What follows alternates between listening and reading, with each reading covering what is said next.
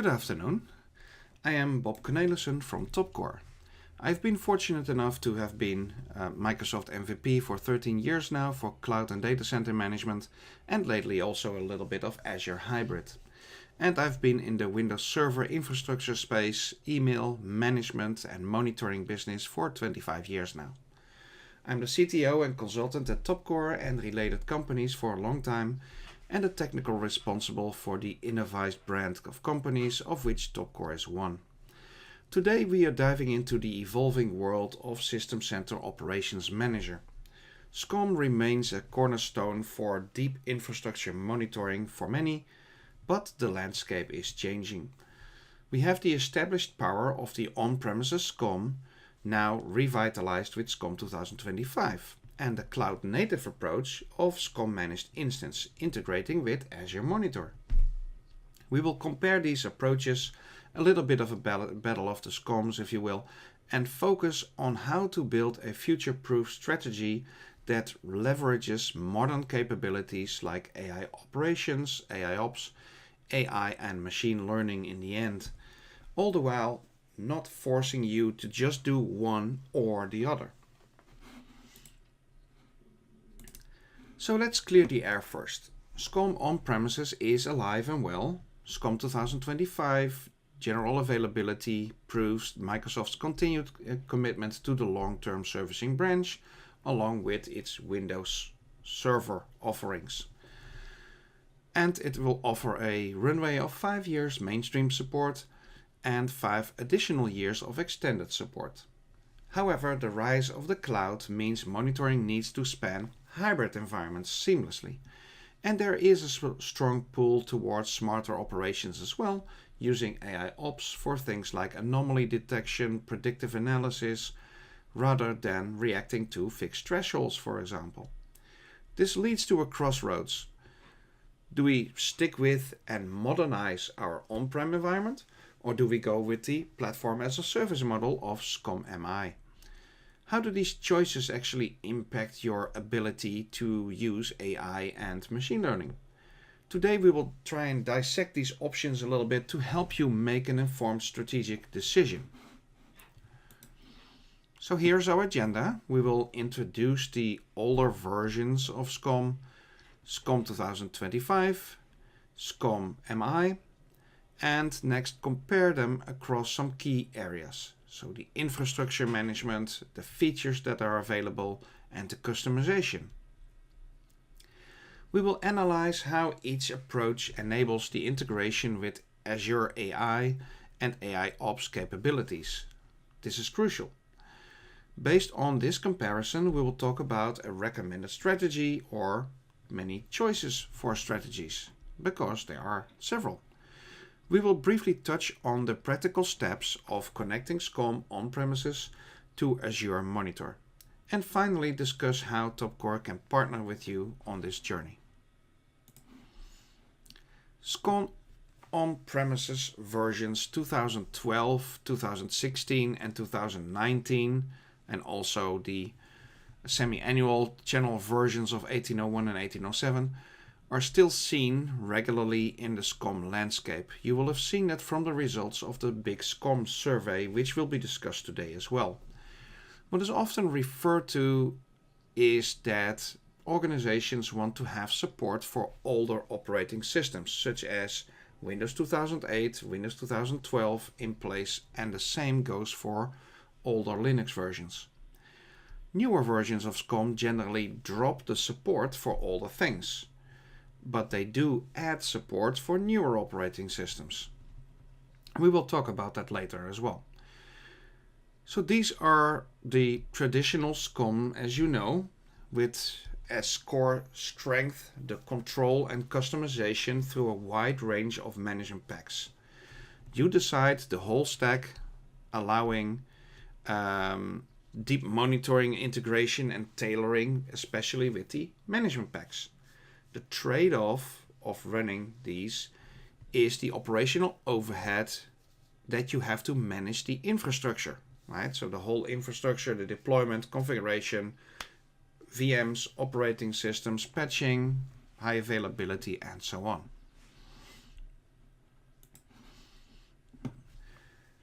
To show you again where the support lies for a few versions of SCOM, I have here this picture. Microsoft has that fixed lifecycle policy for SCOM. Some of the dates that you need to know are in here in the picture. If you are on SCOM 2012 or older, you are completely out of support. This is a critical risk. SCOM 2016 is now only in extended support since several years already, meaning you get no new features, and security hotfixes would be a rare exception. There hasn't been an update rollup for this version since a long time. Crucially, SCOM 2019 exited the mainstream support block just last year in April 2024. That's already a year ago. If you are on 2019, you are no longer receiving non-security updates or security feature improvements. You are in extended support. SCOM 2022 is one of the current on-premises versions with the long support lifecycle. And SCOM 2025 is now also available, showing Microsoft's continued investment. The key takeaway here is if you are on SCOM 2019 or earlier, you are already missing out on full support, some new features, some security items, and you need a plan to move forward. If you are on even older versions, then the clock is ticking even faster. And I would say definitely upgrade. Alright, then we are going towards SCOM 2025 and SCOM 2022. We count them together here as they are both current versions and supported in mainstream. So this is the traditional SCOM that you know, but modernized a little bit, meaning long-term servicing branch is that support cycle of 5 years plus 5 years. Its core strength is the control and customization again, with a wide range of management packs from Microsoft, third-party vendors, a lot of whom are here, and the community, and I hope a lot of you are here as well. You manage the whole stack, which is an advantage because of the control you have of the total monitoring infrastructure. The trade-off, of course, is the effort to maintain it. The main SCOM versions are mostly run in on-premises data centers, but you can also run that from a cloud location as a number of full VMs, just like a lift and shift basically. And we have actually seen that happening for years already. SCOM 2025 brings some key updates like Windows Server 2025 support and some security improvements. Critically, think of SCOM on-premises as an incredibly rich data collector, perfectly positioned to feed modern cloud analytics platforms with data. Next we have SCOM Managed Instance. This aimed to bring SCOM to Azure as a platform as a service, significantly reducing the need for you to manage the backend SQL, the patching parts every month or every several months of the SCOM infrastructure, and the basic high availability options. It retains the SCOM concepts like management packs and offers ways to connect to Azure Monitor for alerts and visualization by pushing all of the data into a Log Analytics workspace if you wanted to. The appeal is simplified management for those wanting to lift and shift the SCOM logic to the cloud with less operational maintenance. However, the platform as a service offerings often also involve some trade-offs in, for example, having direct control, deep customization options, and it does not have the full set of supported features and workloads as the previously mentioned SCOM versions have. We need to keep an eye on the cloud-based solutions for the roadmap, because it can easily happen that a feature or a product gets discontinued, or maybe it has some changes that you do not like, and what are you then going to do about it? Let us first look at what it means to manage and maintain the backend infrastructure for these SCOMs. With SCOM 2025 on-premises versions, you have ultimate control. You decide the operating system, SQL version, the configuration, the exact high availability setup, some security features, etc. But this control comes at the cost of managing it all. So you need to install it, you need to patch it, you need to back it up, you need to troubleshoot the infrastructure if something goes wrong. Most of you have been doing that for a while already. Some of you are newer to this systematics. The SCOM managed instance takes away much of that infrastructure headache. The Azure handles the SQL backend, patching cycles are more automated. However, you lose the direct control. You rely on Azure's platform as a service layer and its specific configurations. You still need to have solid Azure networking skills. So basically it is convenience versus control. Managed instance simplifies the day-to-day infrastructure operations, and the on-prem gives you the power to tailor everything.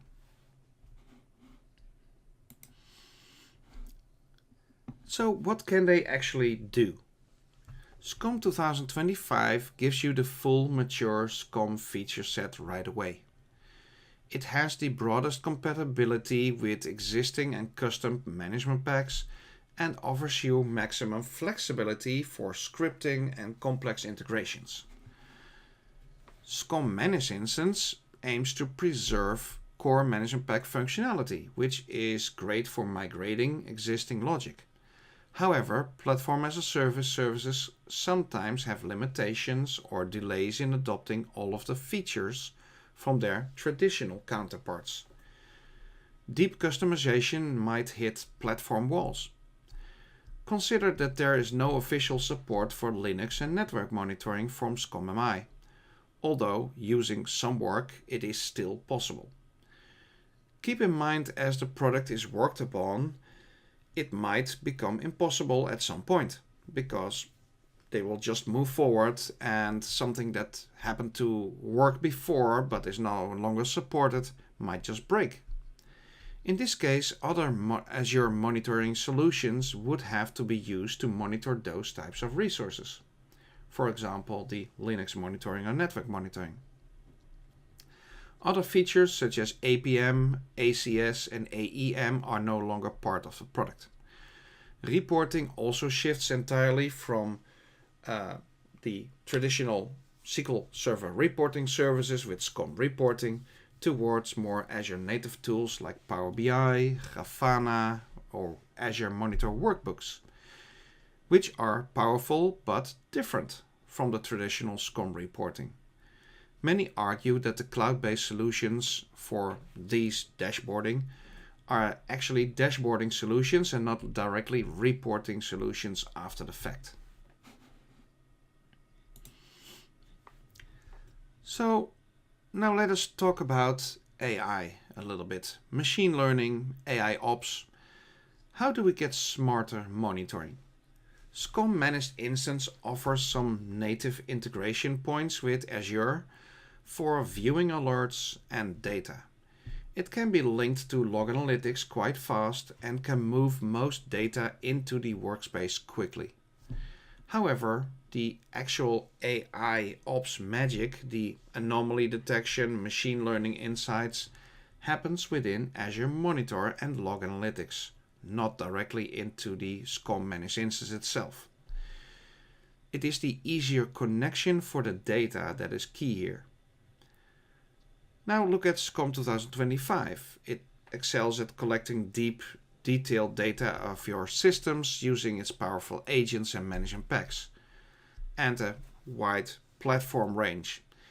It can connect to Azure Monitor Log Analytics and from there define data collection rules.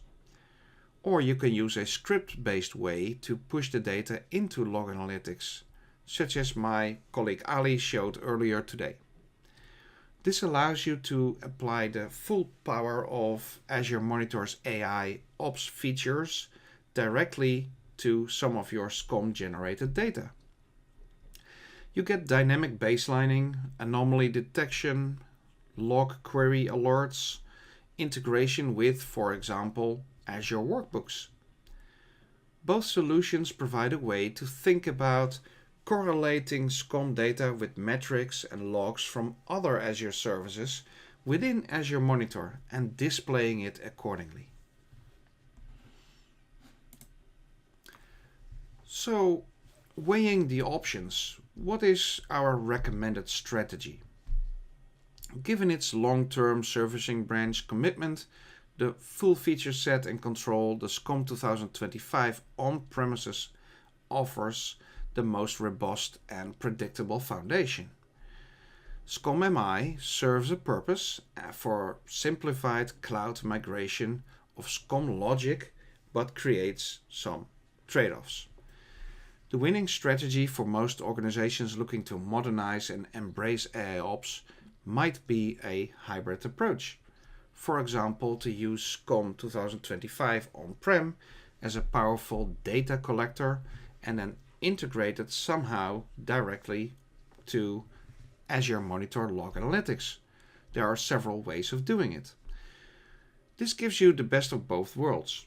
You retain some control and deep monitoring capabilities for on-prem machines, or full VMs, as I would say, while leveraging the scale and advanced analytics and powerful visualization, and crucially, the AIOps capabilities of the Azure Cloud platform on the other side. You effectively use Azure Monitor as your central analysis and insight engine, fed by the data coming from SCOM, but also other data sources. So how does this connection work in practice? Well, at a high level, you need to have an Azure subscription and a Log Analytics workspace configured with the right permissions for SCOM to write to it. The connection itself can be configured directly within the SCOM admin console. You register your entire management group with your chosen Log Analytics workspace. And what you can also do is dual home your agents directly without connecting the SCOM management group to your workspace. So there are several possibilities here. If you do that, do not use the old OMS agent. So that is basically a SCOM MMA agent, but with a version 10.20. something. Instead, use the SCOM 2022 or SCOM 2025 agent and make that connection directly if you want to use it that way. So we are aware that there have been some problems while making the connection from the SCOM console directly for the whole management group to the cloud. And given that not all situations are the same, we will try to work on finding reasons and solutions somehow.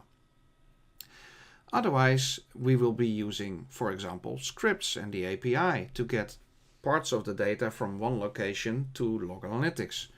It's not always that you have to have all of the data available in all of the locations to do what you need to do with it. Sometimes you want to pick and choose some metrics, some events, some alerts, and then use them in a broader landscape to do analytics on. There are more ways to connect SCOM or machines in general to Azure Monitor, but it's a little bit too much to talk about today in one session. So whatever way you use to get your data from one place to the other, the data then populates tables in Log Analytics, making it queryable using KQL or the Cousteau query language, and available to Azure Monitor features like workbooks, alerting, Power BI integration, and, importantly, the AI-driven insights and anomaly detection features. And of course, from there, automation. So, modernizing isn't just about one tool, it's about the ecosystem. If you plan on staying with the long-term servicing branch SCOM versions, ensure your SCOM foundation is solid. So plan the upgrade to SCOM 2022 or 25. I am aware that SCOM 2025 does not support Windows agents of versions 2012 and 2016 anymore, but the agent installer also does not stop you to install it on Windows 2012 and Windows 2016. So I do not see it as a major stopping issue anymore to prevent me from the selection between SCOM 2022 and SCOM 2025. If I can get the agent to work the way I need it to, then I'm fine. We talked about this earlier today. In order to get there, you check what you need to monitor and how. I am saying this because things change over the years in what your organization needs. We decide based on that what the infrastructure should look like for the SCOM backend. If you have a SCOM already, you can decide how to get there for a migration path. Also discussed earlier, we can choose the in-place upgrade, a swing upgrade, or a side-by-side upgrade, along with their major steps. Next, we go after the management packs. Which ones do we need? Which ones do we still need? And which ones will we need in the future? Do we need to clean up something? And from here we can do the management pack migration moving forward. Also, we need to get the agents connected to the new platform and upgrade the agent version. Multiple methods are available for that. And there are different sessions available from us or trainings about that story. So we will not get into deep about that part. And we have our connections with automation. For example, to automation, for example, but also ITIL systems, such as ServiceNow, might be connected to your SCOM. Dashboarding tools of a diverse range. Of course, we have here SquareUp. That is one of them. So this will then bring you to a supported SCOM version first, adding support to monitor more modern operating systems and some additional security measures. Of course, going towards SCOM MI will also do this because SCOM MI is roughly based on the SCOM 2022 when it got released and is also evolving forward. So it kind of has the same kind of items, especially when you are looking at Windows Server monitoring. So Windows Server and whatever is living on top of that. So your applications. Yes. So once your monitoring is then up to date, you look again at what you need to monitor and how deep. You want to bring some things together in what SCOM calls distributed applications in order to show the status of the applications as they are known to your organization and not just to the third line support. Good examples might be there are several customers of ours who are using server names which are non-descriptive, right? So it's just a name or just a letter with a number on it, and they just keep on numbering, so that an external person cannot see what function that server has based on the server name. So that also means that, for example, if you have a problem on server M12345, you have no idea what is the real impact on the company side. So on the company side, they only know, hey, I need to be able to log in, I need to be able to email, I need to be able to access my application 123. That is what I want to do. And I just want to see if that is available or not. I don't care on which server it is running. I don't care on how it is running, how you do your high availability, for example. So actually, the organization is already thinking usually in a cloudy sense of way, because they don't care how or where it runs as long as it is running and available to them. But of course, on the back end, you still need to know where your applications are running and how to bring them together, so that third tier support, for example, third line support and second line support and first line support can actually get everything to work as it should be, while still being able to inform your organization or customers even about the availability of your services. Next, we will find some way to get some of that data into Azure Monitor. We do not necessarily need all of the data over there as well. And then from there, we take the opportunity to rationalize your monitoring.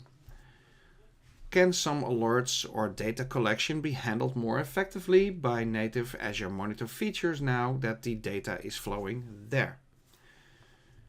We all know that there are big differences between the monitoring solutions, but there are really some things where you are in hybrid scenarios, or where specific types of data have to be collected, and the cloud might offer better options for some of those natively. Think about, for example, the monitoring of containers, or look at continuous implementations and development cycles. So those kind of things might be better suited in the cloud. Also, monitoring security data might be better served with Sentinel, for example.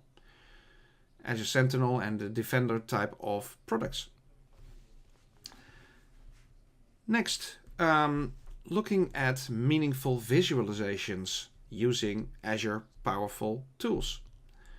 And lastly, this is a key for future value, start exploring and leveraging the AIOps capabilities within Azure Monitor on your SCOM data. Look, for example, at anomaly detection, use log analytics insights, and automate actions based on these alerts using the automation options in Azure. There are several available. You pick and choose which fits your organization the best at the moment that you are at right now. By the way, also a question that we get a lot is, can on-premises SCOM monitor stuff that is in the cloud? And the answer is actually yes. There are management packs for M365 available by Microsoft, by NICE, for example. There is the Azure Management Pack. The Azure Management Pack is meant to monitor services and items which are living in the cloud. Because in the cloud you do not necessarily have a full VM, right? You are just spinning up a service which happens to run on some kind of platform, but you do not need access to that anymore. You don't have the access, but you still want to be able to monitor it. So yes, it is very possible to do that, and it has been for several years. Please look into the Azure Monitoring Management Pack for SCOM, I would say. And also the others available. So what about the SCOM Managed Instance route? As you know, this is a relatively recent development with the first iteration released over a year ago. There are a lot of things that the Microsoft team has been working on to make it easier to deploy and operate for the next release, while moving more towards Azure Monitor. Also because it was added as a feature or ability of Azure Monitor. So keep in mind that in the end, Azure Monitor is the end goal here for the cloudy side of things.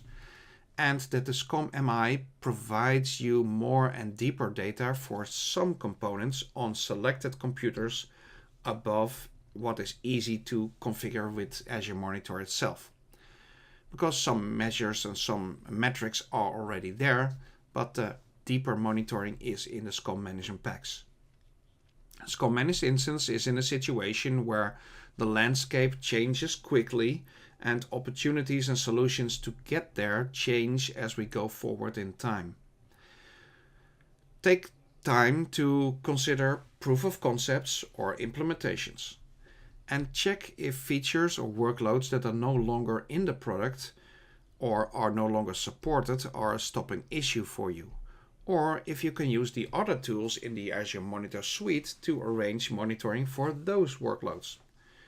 Sometimes you can work around those, but keep in mind that there are no guarantees that after a few changes to the product, an unsupported workaround will still keep working for you.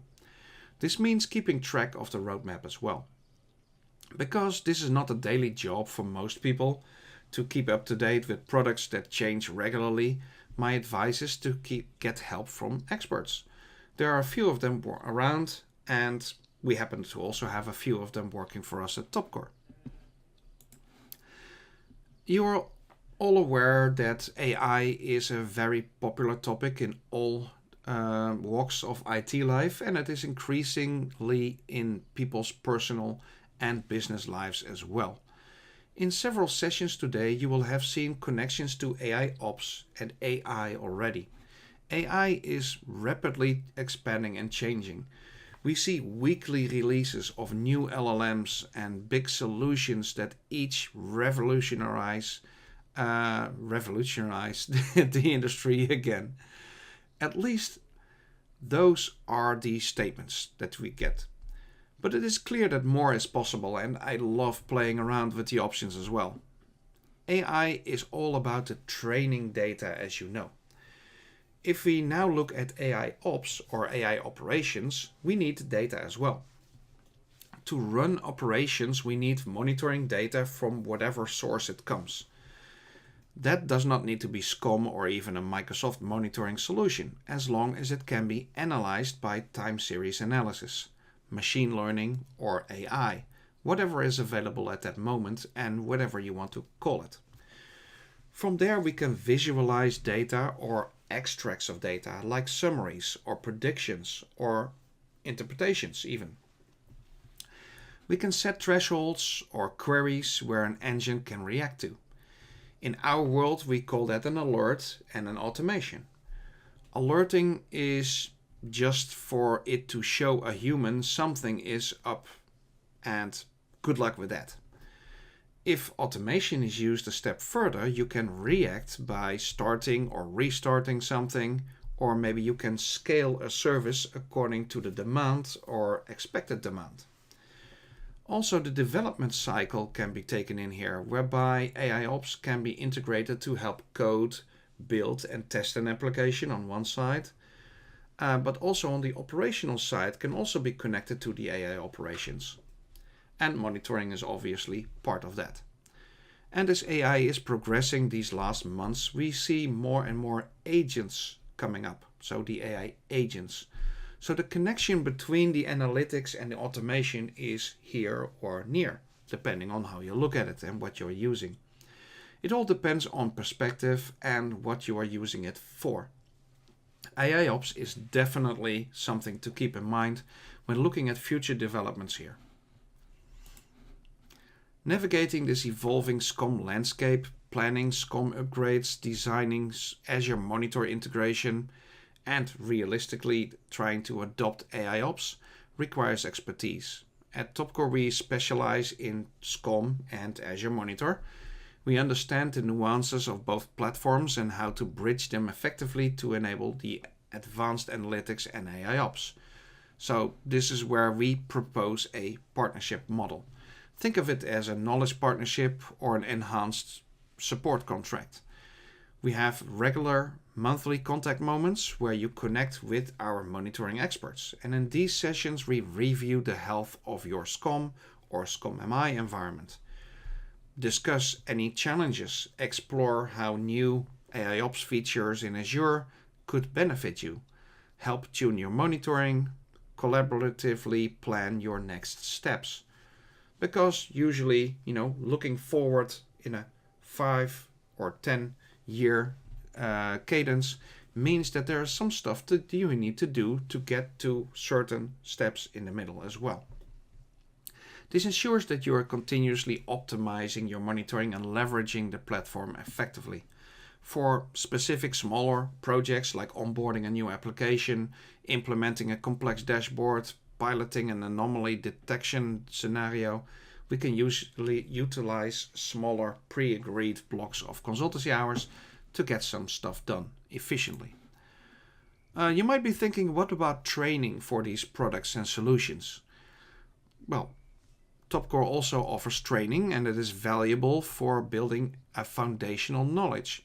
However, when looking at the cloudier solutions specifically, they continue to evolve rapidly alongside of Azure and Azure Monitor.